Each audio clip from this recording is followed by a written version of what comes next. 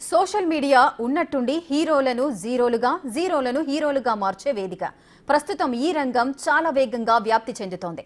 అది మంచైనా చెడైనా. గత నెలలలో 7 నెలల చిన్నారి అపార్ట్మెంట్ పై నుంచి పడిపోతుండగా స్థానికులు కాపాడారు. ఆ వీడియో బాగా వైరల్ అయింది.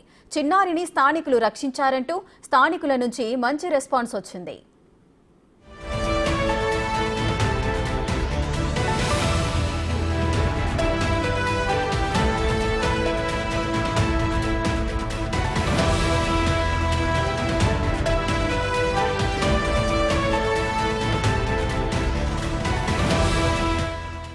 సీన్ కట్ చేస్తే ఆ చిన్నారి తల్లి రమ్యపై ట్రోలర్స్ చెలరేగిపోయారు. చిన్నారిని కాపాడుకోలేని అసమర్థ తల్లి అంటూ క్యాప్షన్ పెట్టి ట్రోలింగ్ చేశారు. దీంతో మనస్తాపానికి గురైన చిన్నారి తల్లి రమ్య ఆత్మహత్య చేసుకుని చనిపోయింది. చెన్నైలో జరిగిన ఈ ఘటన అందర్నీ విషాదానికి గురిచేసింది.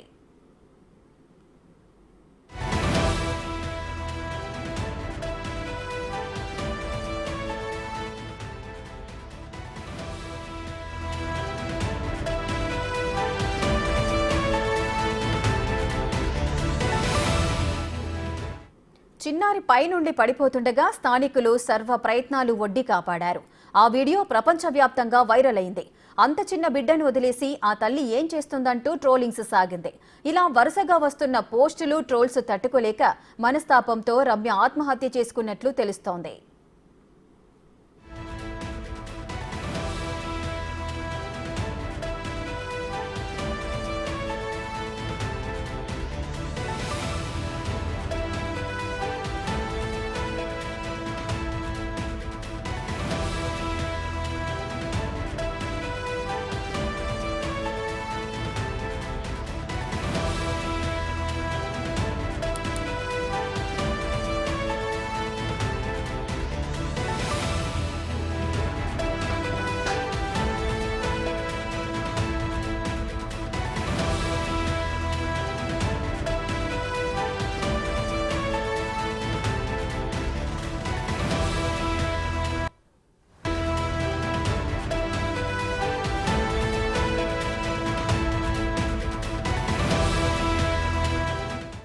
మరోవైపు ఈ ఘటనపై మరో వాదన కూడా తెరపైకి వచ్చింది.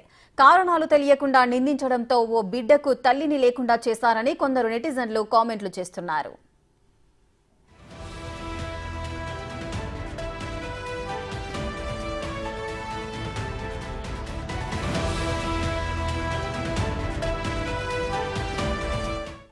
సోషల్ మీడియా ఉన్నట్టుండి హీరోలను జీరోలుగా, జీరోలను హీరోలుగా మార్చే వేదిక.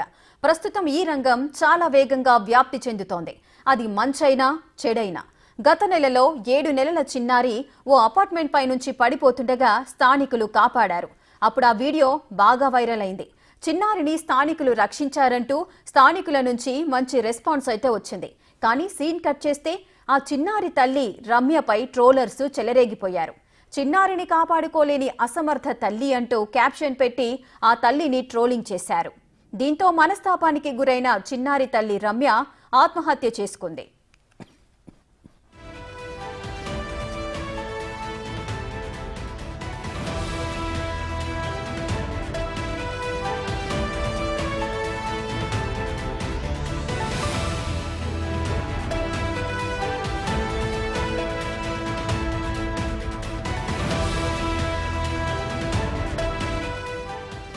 మరింత సమాచారం మా ప్రతినిధి దామోదర్ అందిస్తారు.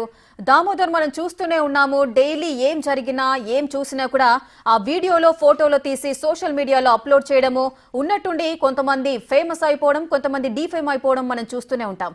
ఇప్పుడు సోషల్ మీడియాలో వైరల్ అవుతున్న వీడియోస్ పరంగా చూసుకున్నట్లయితే దాని వెనుక ఏది మంచి, ఏది చెడు, ఏది నిజం, ఏది అబద్ధం తెలియకుండా కూడా ట్రోలర్స్ రెచ్చిపోవడం వల్ల ఒక చిన్నారి తల్లిని కోల్పోయిన పరిస్థితి నెలకొంది. సో ఈ ఓవరాల్ ఇష్యూని మనం ఏ విధంగా చూడొచ్చు? సోషల్ మీడియా వికృత రూపం ఒక యువ ఐటీ ఉద్యోగిని బలిగొందని చెప్పవచ్చు. ముఖ్యంగా ఏదైతే 3 వారాల క్రితం చెన్నైలోని తిరుమలై వాయల్లోనే నివాసం ఉంటున్న వెంకటేష్ దంపతులు అపార్ట్మెంట్ లో నివాసం ఉంటున్నారు. పొరపాటున ఏదైతే రమ్య ఆ అమ్మాయి ఒక నెలల పాపను పొరపాటున కిందికి వదిలేసినట్లు సమాచారము. దీంతో ఆ పాపను కింద ఉన్న ఏదైతే మిగతా అక్కడ ఉన్న స్థానికులంతా ఒక రగ్గు ఏదైతే ఒక బెడ్షీట్ పట్టుకొని ఆ అమ్మాయి కింద పడుకోకుండా జాగ్రత్తగా రక్షించగలిగారు. అప్పట్లో ఇది సోషల్ మీడియాలో బాగా ట్రోల్ అయింది. వాళ్ళ నెటిజన్లంతా ఆ అపార్ట్మెంట్ వాసులను పెద్ద ఎత్తున కొనియాడారు. ఇదే సమయంలోనే నెటిజన్లలోనే మరో వికృత రూపం కూడా బయటపడింది. ఎంత నిర్లక్ష్యంగా ఆ తల్లి ఆ పాపను వదిలేసిందంటూ ఆ అమ్మాయి మీద, రమ్య మీద పెద్ద ఎత్తున ట్రోల్ చేశారు. దీంతో పాటు అపార్ట్మెంట్ లో కూడా వాసులు కూడా కొంత అమ్మాయిని ఇబ్బందికరంగా చూడడము, ఆ అమ్మాయిని చాలా ఇబ్బందికర పరిస్థితులు అటు ఆఫీస్ తో పాటు అటు పరిసర వాతావరణంలో నెలకొని, దీంతో పాటు ఏదైతే సెల్ ఫోన్ చూస్తే చాలు రోజు ఏదో విధమైన ట్రోల్ ఆమె మీద రావడంతో భరించలేక మనస్తాపానికి గురైంది. భార్య యొక్క ఇబ్బందిని గమనించిన వెంకటేష్ ఆ అమ్మాయి సొంత ఊరు కోయంబత్తూరు జిల్లా మెట్టుపాలయంలోని కరమైడై బెల్లాదికి తీసుకెళ్లాడు. అక్కడ అత్తామామల ఇంట్లో ఉంటూ ఇతను వర్క్ ఫ్రం హోమ్ చేస్తున్నాడు. అంతేకాకుండా భార్యను ఉద్యోగానికి సెలవు కూడా పెట్టించాడు. మొత్తం మీద ఇలాంటి ఒత్తిడి మధ్యనే ఆమె గడుపుతుంది. ఈ నేపథ్యంలో నిన్న సాయంత్రం రమ్య వాళ్ళ తల్లిదండ్రులు ఓ వివాహానికి వెళ్ళగా అదే సమయంలో వెంకటేష్ వేరే బెడ్రూమ్ లో ఉన్న సమయంలో ఇది గ్రహించి ఎవరు ఇంట్లో లేని విధంగా చూసుకున్న అమ్మాయి మరో గదిలోకి వెళ్లి ఉరివేసుకుని ఆత్మహత్య చేసుకుంది. మొత్తం మీద సోషల్ మీడియా వికృత రూపానికి ఆమె బలైందని చెప్తున్నారు. పోలీసులు దీనికి సంబంధించి కేసు నమోదు చేస్తున్నారు. ముఖ్యంగా ఆ అమ్మాయి మీద మొదట ఎవరు ట్రోల్ చేశారో అన్న విషయంలో కూడా దర్యాప్తు కొనసాగిస్తున్నామంటూ కోయంబత్తూరు కమిషనర్ ఈ విషయం మీద సీరియస్ గానే స్పందించాడు. మొదట ట్రోల్ ఎవరు ప్రారంభించారో, ఎక్కడి నుంచి ట్రోల్ ప్రారంభమైందన్న విషయంలో సైబర్ క్రైమ్ ద్వారా కేసు నమోదు చేస్తామని కూడా తెలిపారు. Rekha. Right, thank you Damodar.